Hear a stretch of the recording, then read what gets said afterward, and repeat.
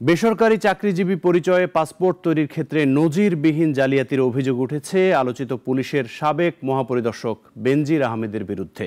বেনজিরের নামে পাওয়া গেছে ৬০টি পাসপোর্টের সন্ধান। আর এই কাজে জড়িত থাকার অভিযোগে পাসপোর্ট অধিদপ্তরের কর্মকর্তাদের জিজ্ঞাসাবাদ করছে দুর্নীতি দমন কমিশন। সাইফুল শাহিনের রিপোর্টে বিস্তারিত।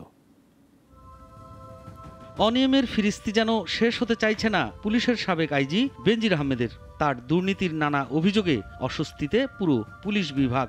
আইনানুগ প্রক্রিয়ায় যখন আমরা যে কাউকেই যে কোনো সময় স্টপ করতে পারি, এটা একটা আইনানুগ প্রক্রিয়া। আইনানুগ প্রক্রিয়ায় যখন যেটা করা হয়, এটার যে রিকোয়ারমেন্ট আছে সেই অনুযায়ী আমরা দায়িত্ব পালন করি।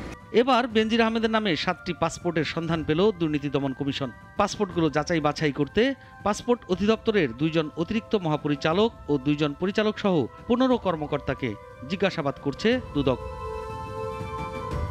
বেনজিরের বিরুদ্ধে অভিযোগ রয়েছে তিনি তার পুলিশ পরিচয় পাসপোর্টে আড়াল করেছেন। সরকারি চাকরিজীবী পরিচয়ে নীল ও লাল রঙের অফিসিয়াল পাসপোর্ট সুযোগ থাকতেও করেননি। তবে নবায়নের সময় ধরা পড়লে নবায়ন কার্যক্রম আটকে দেয় পাসপোর্ট অধিদপ্তর। সে সময় র্যাবের মহাপরিচালক থাকায় অবৈধ প্রভাব খাটিয়ে এসব ম্যানেজ করেন তিনি।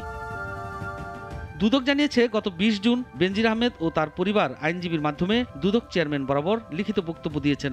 এবারের চিঠিতে নতুন করে সময়ের আবেদন করেননি। লিখিত বক্তব্যে তার অভিযোগগুলোর বিষয়ে ব্যাখ্যা দেওয়ার চেষ্টা করেছেন।